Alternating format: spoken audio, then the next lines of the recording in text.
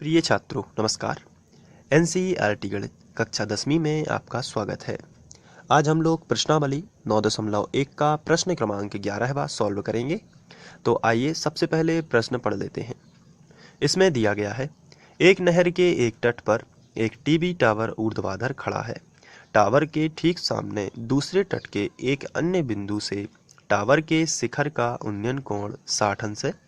इसी तट पर एक बिंदु से 20 मीटर दूर और इस बिंदु को मीनार के पाद से मिलाने वाली रेखा पर स्थित एक अन्य बिंदु से टावर के शिखर का उन्नयन कोण 30 अंश है।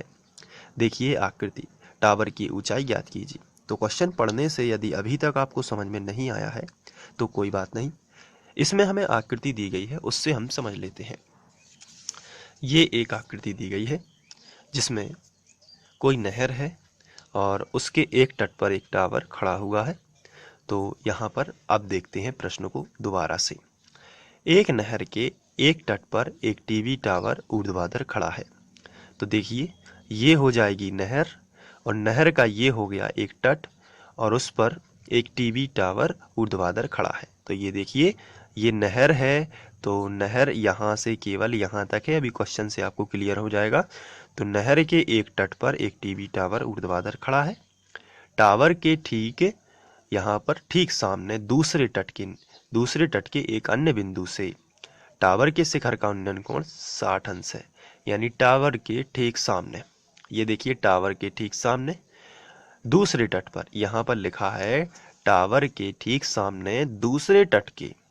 तो इसका मतलब ये है कि तट दो होते हैं किसी नहर के। तो पहला तट ये हो गया, दूसरा तट ये हो गया, तो बीच में नहर होगी।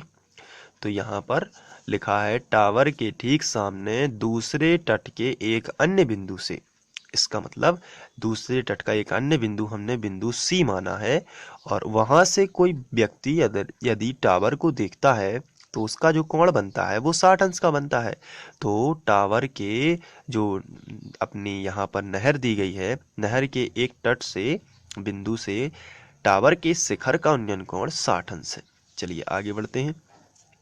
इसी तट पर एक बिंदु से 20 मीटर दूर, इसी तट पर यानी इसी तट से एक बिंदु से 20 मीटर दूर, तो आगे पीछे और चले गए 20 मीटर दूर, फिर से वहां से टावर के शिखर का उन्नयन कोण 30 अंश है। तो यहाँ पे देखिए टावर के शिखर का उन्नयन कोण 30 अंश है।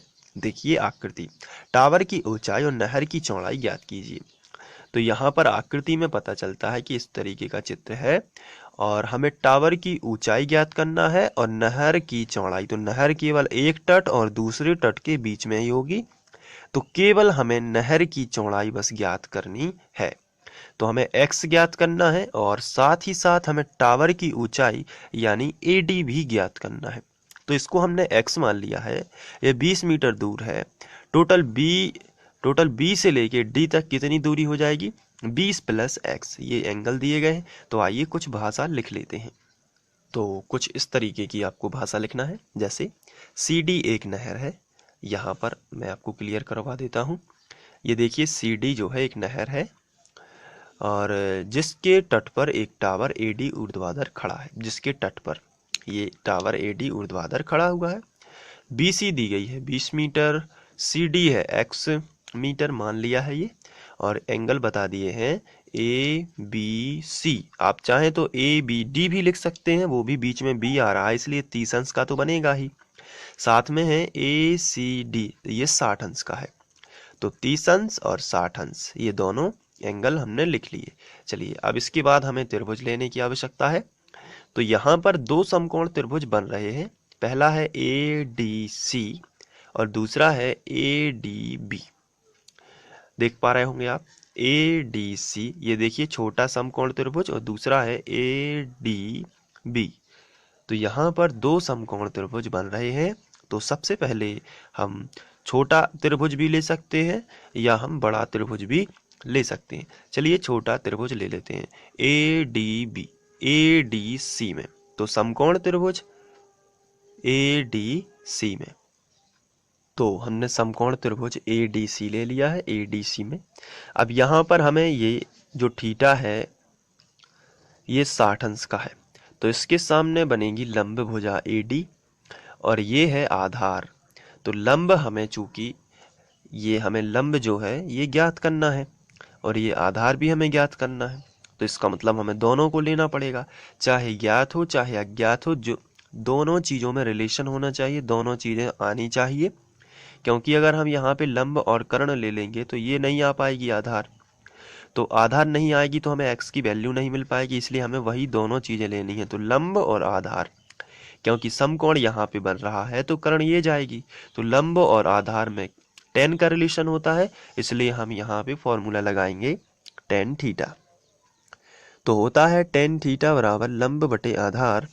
लंब कितना है AD आप देख सकते हैं, और आधार कितना है CD। तो हमने लिखा लंब बटे आधार। इसके बाद आपको ध्यान से देखना है थीटा का मान कितना है छोटे त्रिभुज में 60 अंश।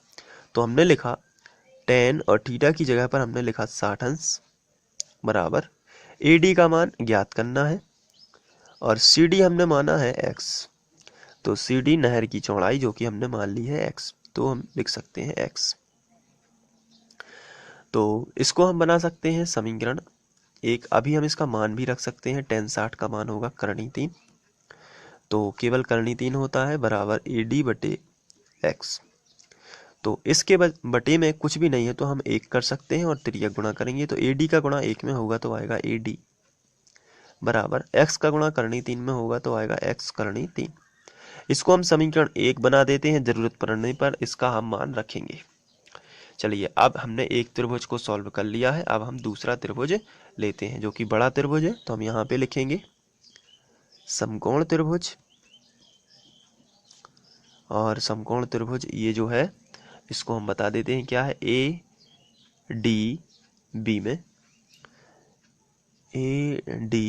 में ये है बड़ा त्रिभुज। तो बड़े त्रिभुज में यहाँ पे देखिए ये हमें ज्ञात करना है और ये आधार हमें दिया गया है 20 + x दोनों हो जाएंगे इस बार क्योंकि बड़ा त्रिभुज। तो tan का फॉर्मूला ही लगेगा इसमें भी, tan थीटा बराबर लंब कितना है बड़े त्रिभुज में ये आपको बताना है। तो लंब देखिए ये रहा A से लेके D तक, तो लंब हो जाएगा AD और बटे आधार कितना होगा, बड़ा त्रिभुज है तो बड़ा आधार होगा, तो ये B से लेके D तक पूरा आधार होगा, तो इसको हम लिख सकते हैं BD। तो tan थीटा कितना बन रहा है, तो आंसर है 30 बड़े त्रिभुज का। तो हमने लिखा tan 30 अंश बराबर, यहाँ पे देखिए AD जो है वो ज्ञात करनी है और BD जो है उसको हम लिख सकते हैं BD। आप देख पा रहे हैं B से लेके D तक, इसको क्या लिख सकते हैं 20 + x, टोटल हो जाएगा यहाँ से यहाँ तक 20 है, यहाँ से यहाँ तक x है, तो ये पूरा BD हो रहा है, इसलिए इसको 20 + x हम लिख सकते हैं। तो चलिए लिख देते हैं 20 + x। तो tan 30 जो है इसको हम, इसका मान होता है 1 बटे करनी 3 बराबर AD बटे 20 + x। अब हम कर देते हैं तिर्यक गुणा। तो तिर्यक गुणा के लिए AD का गुणा करनी 3 में करेंगे तो आएगा AD करनी 3 बराबर 20 + x का गुणा 1 में करेंगे तो ये संख्या चेंज नहीं होगी, ज्यों की त्यों आ जाएगी 20 + x। तो अब इसको हम समीकरण 2 बना देते हैं। अब यहाँ पर हमें समीकरण 1 दिख रहा है और ये है समीकरण 2। तो यहाँ पे हम क्या कर सकते हैं, चलिए सोचते हैं। यहाँ पे AD बराबर लिखा है x करनी 3, तो AD की जगह पर हम रख सकते हैं x करनी 3। क्या यहाँ पे AD है, आंसर है बिल्कुल यहाँ पे ये रहा AD। तो इसकी जगह पर हम रख देते हैं x करनी 3, तो x में पूरा समीकरण हो जाएगा, तो जिससे हमें x की वैल्यू मिलेगी। चलिए रखते हैं, तो AD की जगह पर हम रख सकते हैं x करनी 3। तो हम लिखेंगे x का मान समीकरण 2 में रखने पर, नहीं सॉरी AD का मान, क्योंकि AD है तो हम यहाँ पे लिखेंगे AD का मान समीकरण 2 में रखने पर।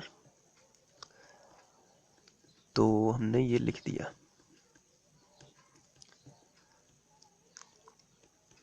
चलिए रख देते हैं, AD की जगह पर कितना रखना है ऊपर से थोड़ा देख लीजिए। AD की जगह पर रखना है x करनी 3, तो चलिए हम यहाँ पे AD की जगह पर रख देते हैं x करनी 3। इसके बाद ये करनी 3 लिखा है, इसको हमने ज्यों का त्यों लिख दिया बराबर 20 + x। ये इस तरीके से सिंपल सा कर देना है। अब करनी 3 का गुणा करनी 3 में करोगे तो 3 बाहर आ जाएगा, और क्योंकि समान करनी है तो संख्या बाहर आ जाती है, करनी 3 करनी 9 हो जाता है, जिससे 3 बाहर आ जाता है।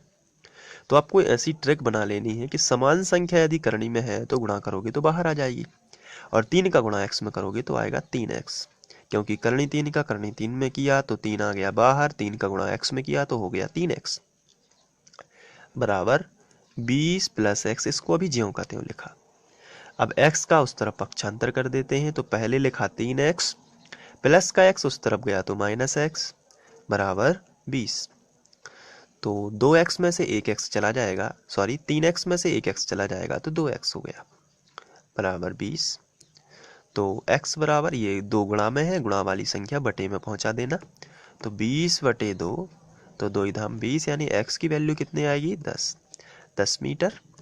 तो ये देखिए हमने जो नहर मानी हुई थी वो x मानी हुई थी नहर की चौड़ाई, और नहर की चौड़ाई आ चुकी है 10 मीटर। तो हम यहाँ पे लिखेंगे अतः नहर की चौड़ाई 10 मीटर है।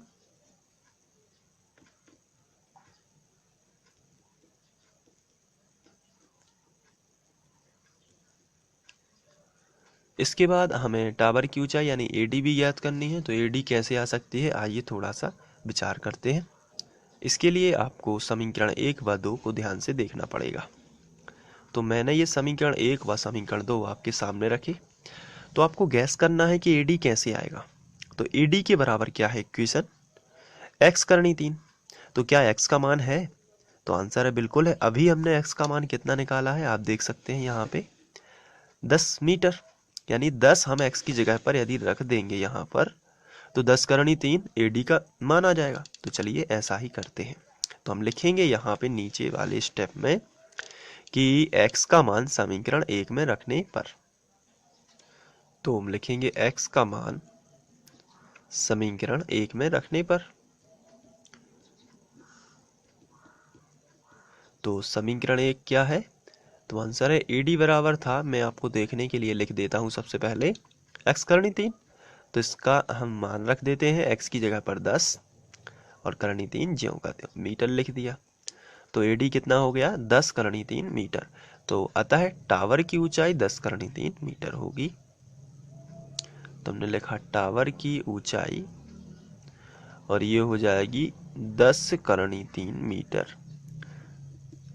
इस तरीके से सॉल्व कर देना है। आशा करता हूँ कि आप लोगों को ये समझ में आ गया होगा। यदि आ गया है तो एक बार इसका रिवीजन कर लीजिए और अच्छे से मेहनत करते रहिए। Thank you.